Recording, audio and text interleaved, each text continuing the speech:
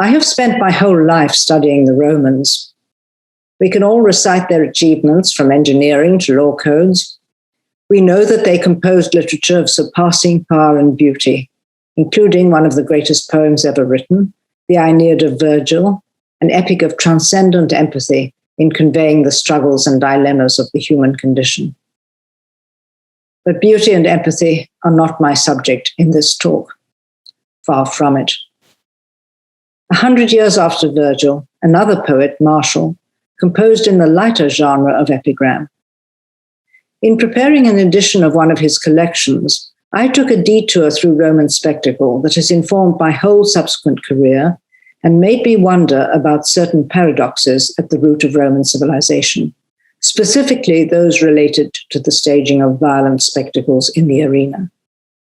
Virtually everything that fueled Roman society was implicated: ideology, religion, class structure, environment, economy. The Romans evidently tolerated these paradoxes. What can we learn from them? Can we learn anything at all? Roman spectacle is familiar to all of us, from ruined amphitheaters across the Roman world or Hollywood epics featuring heroic gladiators fighting it out on the sands. Gladiators were in fact slaves, or if they were of free status, they became assimilated to slaves by swearing to submit to the ultimate control of the owner of their troop. They had no intrinsic worth in the Roman system of elite values. They could never possess dignitas, that quintessentially Roman quality of status in one's own eyes and those of one's peers. They were stamped with the legal disability of infamia, literally unspeakableness. But gladiators' tombstones mention their profession as openly as those of bakers or cobblers do. Obviously, gladiators didn't compose their own epitaphs. Their monuments were commissioned by family members or fellow gladiators. If it seems paradoxical for gladiators' tombstones to boast about their infamous profession, slaves' epitaphs commemorated them by acknowledging the role they played in their household. A person's occupation, if any, was a dominant element in his or her identity. The careful tally of victories on gladiators' tombstones suggests not shame, but pride. Paradox also attends the animal protagonists. I'm not thinking of performing animals, even though the Romans evinced a well-attested interest in such marvels as elephants walking the tightrope. Instead, I'm thinking of animals that are destined to die in an encounter in the arena. I am struck by the paradox that some of them were named. It may seem to us counterintuitive to give a personal name to something that you intend to kill. But there are two considerations. One is that the Romans may have had a practical reason for this, if the spectators could view the animals in their cages beforehand and lay bets on their performance. We don't know whether they did. The other consideration may be a sentimental attitude that is particularly prevalent in modern Anglophone society, but not shared by other cultures, in which, for example, it may be common to give names to one's chickens, even though they're ultimately destined for the pot. Still, given the horrors of potentially fatal injury to gladiators and almost certain death for the animals, you may well wonder whether Roman culture is worth studying at all. But stay with me a little longer. When we consider who went to watch these spectacles, we confront our third paradox. The entire community was evidently expected to be represented, including the upper classes. Elegant seats with comfy armrests were reserved for the local councillors, and in sophisticated venues like the Colosseum, inscribed seats were reserved for visiting envoys from as far afield as Cadiz. The local magnates who were honored with a statue in their hometown for sponsoring games or building an amphitheater presumably attended the spectacles too. Yet serious literary texts devote no attention to the arena other than the most cursory of remarks. Mostly, they avoid such a déclassé topic. In the few surviving instances in which an upper-class Roman mentions arena displays, it is to denigrate them. But we look in vain for moral criticism. The main objection is that the enthusiasm of the spectators is so contagious that the wise man will lose his equanimity and self-control. So paradoxically, while the best accommodation in the amphitheater was reserved for the elite, they claimed to despise the shows or simply ignored them. The literary record may be virtually silent about the amphitheater, but paradoxically, evidence abounds everywhere else, from formal stone inscriptions to casual graffiti, from crude images stamped on cheap clay lamps to exquisitely detailed scenes crafted in mosaic or painted on the wall.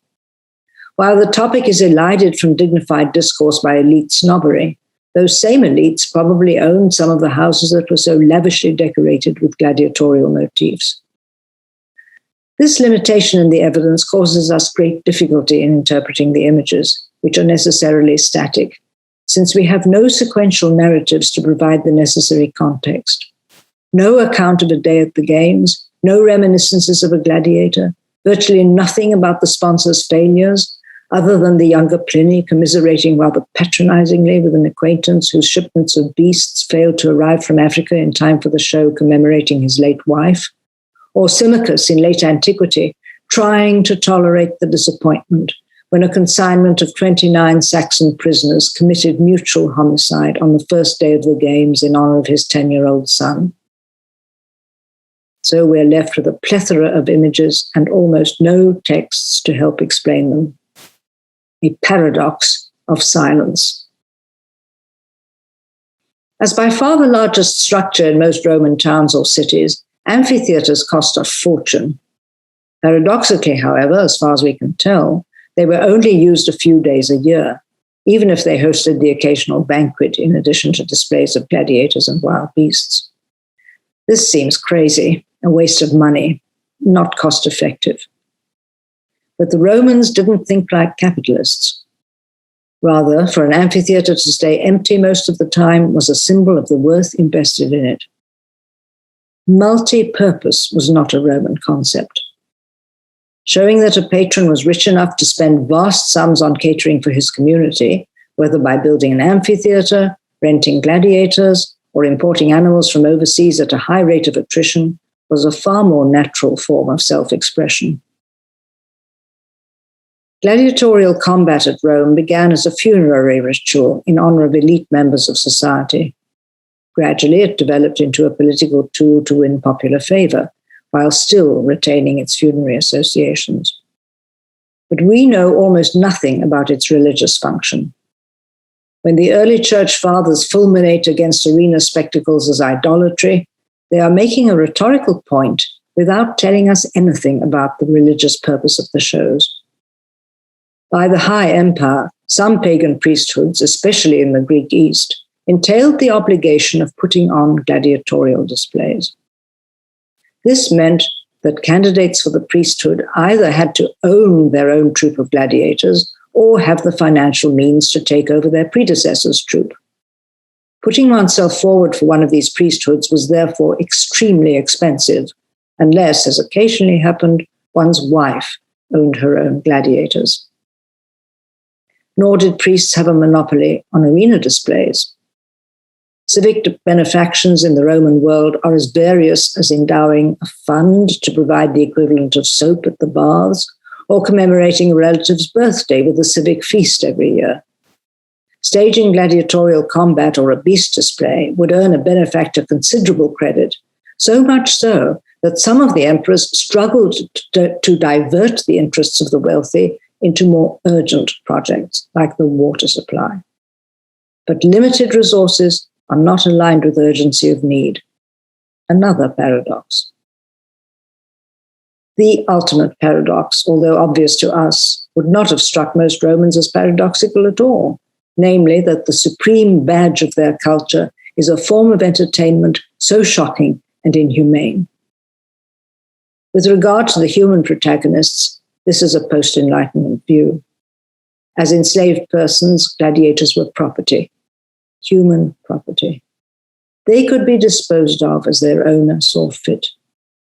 And as for the animals deployed in arena displays, the concept of animal rights is overwhelmingly modern.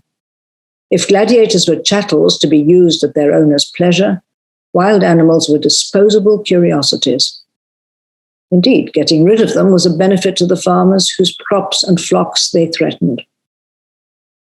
We can perhaps enjoy the irony that the most punitive feature of arena displays, condemning criminals to be mauled by wild beasts, was paradoxically welcomed by aspiring Christian martyrs, seeking to die a violent death in emulation of their leader Christ, and thereby pulling the rug from under the authorities' feet. Does the Romans' glorification of violence mean that their culture should be removed from our syllabi?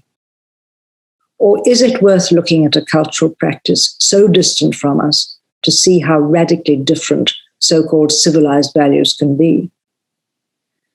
When pressed, we might extend this observation to our own society, contemplating how we glorify violence in films or video games, or even accept as inevitable the shooting sprees that terrorize our towns and cities.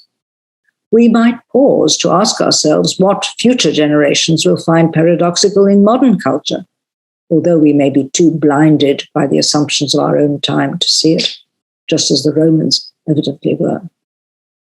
Maybe all our paeans to the beauties of nature will seem paradoxical in the context of our treatment of the planet, if there are any humans surviving to look back on our civilization a couple of millennia from now. But never mind the future. Confronting paradox in a distant civilization may be a useful exercise in our modern globalized world anyway, where others, despite the homogenization of social media and Hollywood, may ultimately neither share our values nor think the way we do.